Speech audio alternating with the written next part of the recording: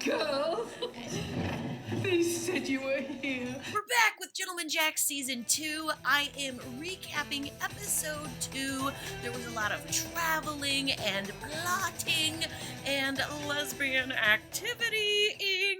Spoiler alert, I'm going to be discussing this episode in detail, so make sure you watch the episode first on the BBC. If you don't want to be spoiled, remember it comes out April 25th for those of you in America. Alright, we start out with an interesting flashback scene, and I believe what is an early introduction between Ann Lister and Veer, the ex-girlfriend whose wedding she ended up attending in Season 1. They're holding hands in public. The jugs on these 1800s women make me want to climb a mountain. In episode 2, we get the introduction of Tib, a sort of lesbian blood brother to Ann Lister. Can I sit down? Before I fall over, I've been on the sauce. According to Ann Lister's diaries, Tib was a former lover of Anne's, but eventually their relationship turned platonic. She hasn't got a clue, has she? About the vast, rich tapestry of your fruity past. The vast, rich tapestry. God, if anyone's ever gonna call me a whore, I hope it's Miss Tib. It was only because I was trying to communicate to her how worldly your sister is. I'll take old-timey ways to say gay as for 200. Your sister is very manipulative. What do you all think? Is Aunt Walker right about Ann Lister being manipulative? I tend to agree with her, actually, because of how they portrayed Ann Lister being interested initially in Miss Walker for her money back in Season 1. Oh my god, I'm sorry. I have to slow-mo this. My lesbian goddess! She looks like Jon Snow hacking away in the Alps like some sort of Wild West lesbian ranger. When Mr. and Mrs. Priestley call an intervention-style Stop the Lesbians meeting, Miss Walker's relatives, various friends, and some enemies discuss how embarrassing them running off to Paris and the Alps is. They, of course, decide that the only way this can be resolved is to force Miss Walker to marry a man. Just prime-time good old-fashioned homophobia, entering these bored heteros' bodies like Ron DeSantis zombies sent to stop women from having sex with each other. God, I gotta say, it was jarring going from the lesbian intervention prayer circle straight to the hump sesh in the cottage that I wasn't even sure at first was consensual. There is, of course, an ongoing story about the absence of Samuel, who was murdered by his son when he tried to drunkenly beat him up. And, of course, people are starting to ask questions. In episode 2, the Mariana Lawton Gentleman Jack letter writing saga continues. Tell me about Mrs. Lawton. Ooh, she wants her to tell her about Miss Lawton. Ooh, she suspects something. What you have to understand is that I'm older than you. And I've had a life.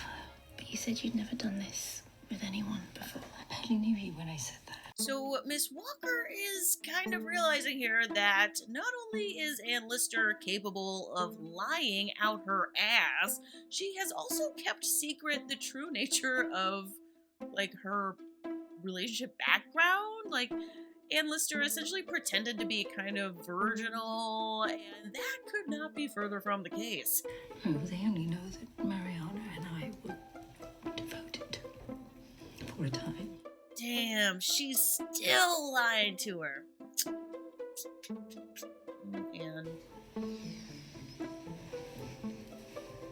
ooh, I know that move. That's the turn away and let them spoon you, but you're still bothered move. Classic. Is she not love?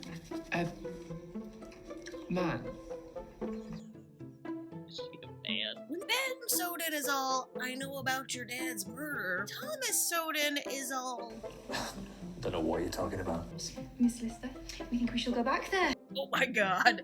The shade coming off Aunt Walker in this scene is amazing. Its recuperative properties were so... Holy, Anne Walker's style has really taken off in the dopeness charts. That hat with this tie, and the puffy sleeves, and the monochrome I braid. can assure you, Anne, that your friends, bothersome or otherwise, will not bother you much at Shipton. and Okay, Aunt Walker needs a stiff glass of the fuck off. With your aunts and uncles and cousins, all of whom are as bewildered as I am by the present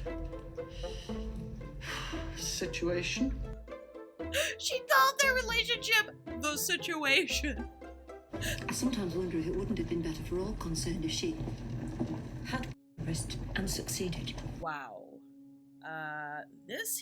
This is a really low moment for the character of Eliza Priestley, who laments out loud that maybe it would have been better if Miss Walker had gone through with her attempt. She is essentially saying she would rather her have herself than be with another woman. We learn Anne Walker actually owns the property her homophobic aunt lives in, and her aunt is only living there by decree of her father's will. And of course, Gentleman Jack thinks she should try to find some way to throw this woman off her property. Hey, doesn't sound like a bad idea to me, you know, throw the bitch in a cottage somewhere. It's like the amount of disrespect this aunt lady has shown Anne Walker and Anne Lister, like, yeah, totally throw her in a modest cottage. Hell, hire a butch lesbian nurse to be her caretaker. Like, why should she keep funding this lady who's being so rude to her's lavish lifestyle? Why should she? The most tension-filled part of the episode is when two of the cook's kids end up inside Anne Walker's house, and they go hide, and then the Anns enter the room the kids are hiding in, and you're just waiting for them to start making out, and of course there's a mirror right where the kids can see everything that's going on, and then they do start making out. Oh my god, these kids' faces. They're acting like they're witnessing a Dexter-style murder or something. I mean, they have the kid pee himself. What, because he saw a couple leses making out? What is that? What was that? In one of the more touching moments of the episode, Anne's sister, Marianne, goes to their aunt to discuss Anne Lister being gay. It's not because I'm ashamed of her. Not once, not for a moment. Shame on them. Shame on anyone who says it or thinks it or listens to it. They can't put her into a neat little box. And because that makes her seem different, they say hateful things to try to belittle her. Oh, I love Anne Lister's aunt, and it's interesting that they chose to juxtapose how Anne Walker's horrible aunt reacts to finding out about their relationship with Anne Lister's aunt, who is very loving and accepting, and you know, it's really cathartic actually getting to see this part of the episode, because for the first part of the episode, so much of it is Anne Walker's family and enemies and friends trying to attack them and tear them down and saying like horrible things. So it's cathartic listening to Anne Lister's aunt shaming them for that, you know, as like, you know, like they're trying to make us feel shame, like shame on you. And I just love her aunt, you know, standing up for her in this way. They can't do anything, can they? My family. I used to worry that they might try and have me put away. If they couldn't have done it then, and they certainly can't do it now. I do love how Anne Lister is such a source of strength for Anne Walker, standing up to her family. It's from Mrs. Lawton. She's in Scarborough. She often, well, invariably calls here. And I wondered how you'd feel if she did. Oh my. She's actually asking her if her ex can come stay with them. Holy. And now the timing? Oh my god. She's gonna cheat. She's gonna cheat. I can see it coming. We kind of know it's coming. She is gonna cheat on Anne Walker. gonna cheat. Yes, of course. I'm pleased to meet her. Oh, she wants to murder her. She wants to murder her. She wants to drag that to the pig pen and murder her. I am talking murder.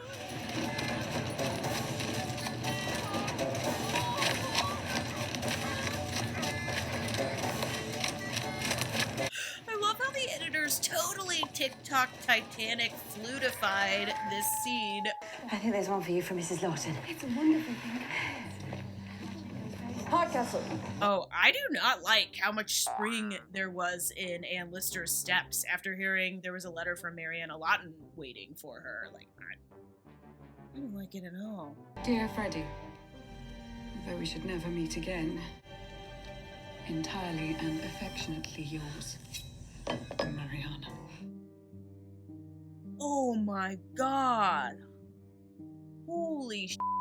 Anne Lister very obviously still has some sort of feelings for Mariana Lawton. I mean, you don't your hand up like that because you think a chick's cute. That is some crazy. I am actually speechless. Damn, that was some dramatic lesbian. So Anne Lister is kind of a player. She is seeming to continue to very passionately involve herself in the affairs and the feelings of Mariana Lawton, and this can only lead down a dangerous path. And it's so sad because, as many Gentleman Jack fans have pointed out online, it was Anne Lister who, at the end of last season, was asking Ann Walker not to hurt her. But now it seems Anne Lister is just putting Mariana Lawton in her back butt cheek like lesbian Polly Pocket, and I just, oh god. Damn it, Anne Lister. I can only imagine this is all going to blow up in their face and cause a lot of tomfoolery in their relationship. And let's face it, they're an 1800s lesbian couple. They got enough on their plate to deal with. So I'm curious to see how the next few episodes go. I'm hoping we don't spend the whole second season watching Anne Lister over Ann Walker. I hope that's not what this season is. And hopefully, if it is, the writers still keep some moments in that give us a sense of pleasantness and maybe even a distraction. Because one of the things I think people love about this show is that it isn't just about the struggle of being in a queer relationship in the olden times. Okay, tell me your thoughts. Are you dreading something messing up our Anne's relationship as much as I am? How are you liking the season so far? I'm really enjoying it. And of course, Saran Jones and Sophie Rundle are totally killing it. That's all for today. Make sure you keep a lookout for next week's episode recap. I try to get them out as soon as possible after the episode drops. All right, I'm off to write a few hundred pages in my diary.